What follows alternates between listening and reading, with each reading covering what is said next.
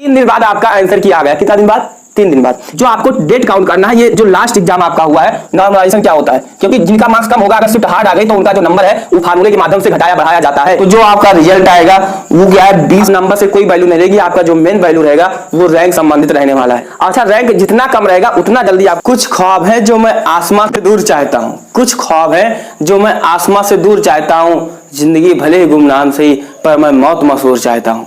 नमस्कार मित्रों, इस वीडियो में हम बात करने वाले हैं कि जो यूपी पॉलिटेक्निक का जो रिजल्ट होगा या जो उसका आंसर की है वो कब तक आएगी। आपको हर चीज बताएंगे कि जो उसका रिजल्ट आता है वो कब तक आता है, जो आंसर की आती है वो कब तक आती है। तो आप क्या लगातार बने रहे मेरे साथ। देखिए, पहले तो आप 2023 का 2022 का देख लीजिए। आप मैं फोन पर लगा दे रहा हूं तो आप देख सकते हो कि 2022 का जो आंसर की वो कब आया हुआ था मेरे मित्र। जो एग्जाम हुआ था वो 27 से लेकर 30 जून के मध्य में आपका एग्जाम हुआ था 2022 का। उसी के आधार पर आपको हम 2023 का बताएंगे कि कब कब होगा। फिर जो उसकी आंसर की आई थी 30 के बाद में, 30 जून के बाद में, क्योंकि जून का महीना 30 का होता है, उसके 3 दिन बाद ही 3 दिन बाद आपका आंसर की आ गया। कितना दिन बाद? 3 दिन बाद।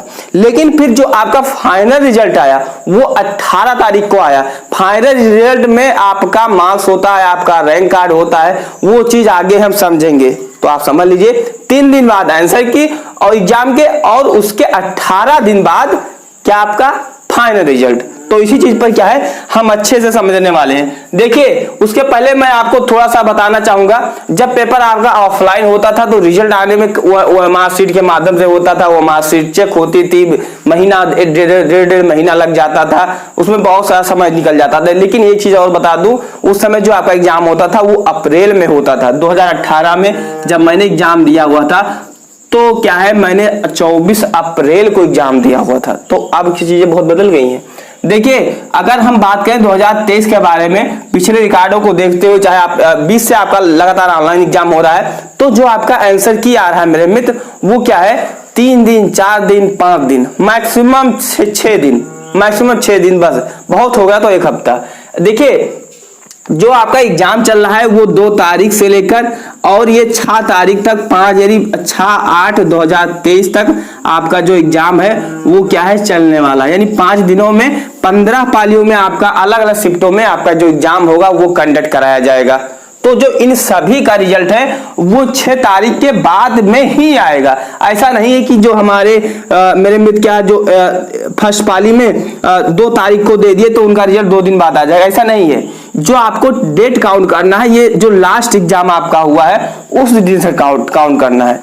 तो जो मेरे मित्र आपका जो रिजल्ट आएगा वो 6 तारीख के बाद में आएगा, और 6 में जो आप कम से कम 4 दिन जोड़ोगे तो आपका एक अनुमानित डेट हो सकता है 10/8/2023 से लेकर आपका 12/8/2023 तक क्या है आपका रिजल्ट आ जाएगा। आप इसे 9 भी कर सकते हो, है ना, 9। ये क्या है, हमारा आंसर की है। आंसर की में जो हमारा आंसर की होता है उसमें इतना ही सही होता है कि आपने इतना क्वेश्चन अटेम्प्ट किया था, भैया ये आपका क्वेश्चन सही है, ये क्वेश्चन आपका गलत है। जो आपका मार्क्स बनेगा वो आगे हम आपको रिजल्ट में बताएंगे। आंसर की में इतना ही रहेगा कि जो आपका कितना सही है कितना गलत है। अगर आप एक अच्छे स्टूडेंट रहेंगे तो आप निकाल लेंगे। जैसे मान लीजिए आपका 70 सही है, 70 सही है, 4 से गुणा करोगे तो आपका क्या है 7/28 यानी 280 मार्क्स आपका निकल आया है। लेकिन एक चीज मैं बता दूं, जो आपका, जी हाँ मेरे मित्र, इसमें क्या होता है, नॉर्मलाइजेशन भी होता है। नॉर्मलाइजेशन क्या होता है, क्योंकि जिनका मार्क्स कम होगा, अगर शिफ्ट हार्ड आ गई तो उनका जो नंबर है वो फार्मूले के माध्यम से घटाया बढ़ाया जाता है। ये आप अपने जो यूपी पॉलिटेक्निक का जो नोटिफिकेशन है उसमें भी दे सकते हो। उसमें साफ साफ शब्दों में लिखा हुआ है कि जो नॉर्मलाइजेशन की जो प्रक्रिया होगी हर शिफ्ट में क्या है, लागू होगी।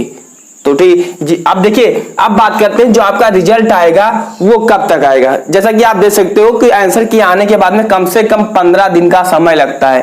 तो जो आपका रिजल्ट आएगा वो क्या है, 20 से लेकर 26 अगस्त आप मान सकते हो, 20 से लेकर 26 अगस्त 2023 तक इसी के बीच में आपका जो रिजल्ट है वो घोषित किया जाएगा। अच्छा, रिजल्ट में क्या रहेगा, पहली चीज तो आपका रहेगा कि आपका जो फाइनल नंबर है वो कितना बनना है। जैसे मान लीजिए आपका 200 नंबर बनना है।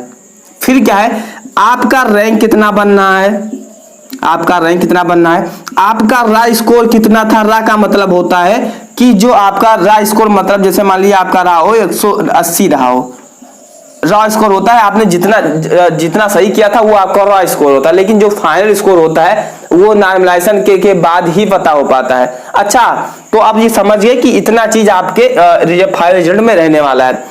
और जो फाइनल रिजल्ट में जो आपका मेन वैल्यू करता है मेरे मित्र, वो रैंक करता है। तो अगर आपको रैंक के बारे में नहीं पता है, रैंक क्या होता है, रैंक और नंबर में क्या अंतर होता है, क्योंकि अब आपका नंबर आने और रिजल्ट आने के बाद में आपका जो नंबर का प्रोसेस है वो खत्म हो जाएगा। अब नंबर से कोई वैल्यू नहीं रहेगी, आपका जो मेन वैल्यू रहेगा वो रैंक संबंधित रहने वाला है।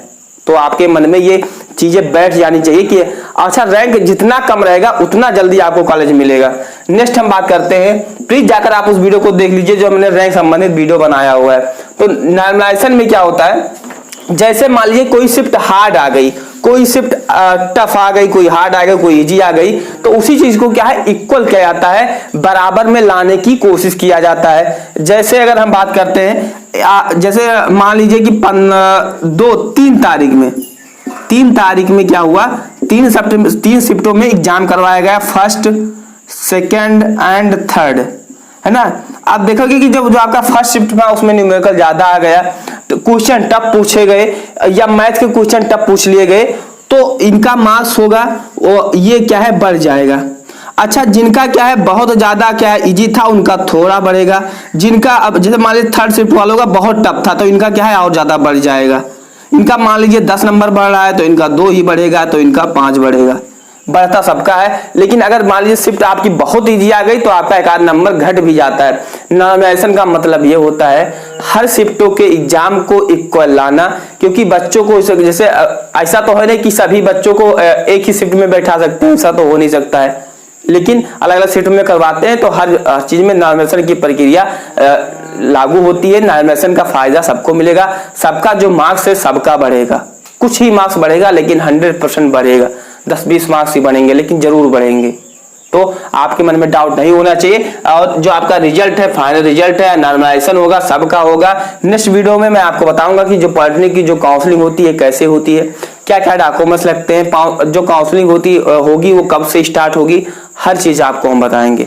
तो चैनल सब्सक्राइब करके रखिए, क्योंकि जैसे नेक्स्ट वीडियो लाते हैं तो आपको मिल जाए। और एक चीज मैं बता दूं, जो पॉलिटेक्निक में एडमिशन लेने के लगभग में 15 डॉक्यूमेंट्स लगते हैं, और ये डॉक्यूमेंट्स अभी आपको बनवाने होंगे, अभी बनवाने होंगे, क्योंकि इसको बनने में कम से कम क्या है आपका 15 से 20 दिन लग जाएगा।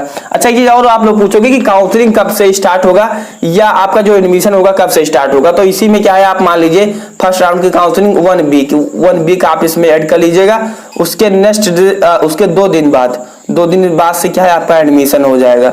यानी आपको मान कर चलना होगा कि जो आपका काउंसलिंग होगा या एडमिशन होगा वो क्या है, अब जुलाई के बाद में अगस्त के बाद सितंबर से आपकी काउंसलिंग या एडमिशन वगैरह जो होगा वो प्रोसेस स्टार्ट होगा। तो चैनल सब्सक्राइब करिए, क्योंकि हम जैसे नेक्स्ट वीडियो लाते हैं तो आपको मिल जाता है। तो चैनल सब्सक्राइब करने से फायदा ये होगा, एक तो पहली बात तो मुझे मोटिवेशन आता है कि मेरे भाई मुझे लोग इतना सपोर्ट कर रहे हैं। सेकंड होता है कि मैं वीडियो अपलोड करता हूँ तो मुझे क्या है आप लोग को नोटिफिकेशन मिल जाता है, इससे ना किसी को अर्निंग होता है ना कुछ होता है, ये आपके मन में डाउट नहीं होना चाहिए। तो चैनल सब्सक्राइब करके कि इसमें आपका ही फायदा हो। सब्सक्राइब करिए फॉर नेक्स्ट वीडियो। जय हिंद, वंदे मातरम।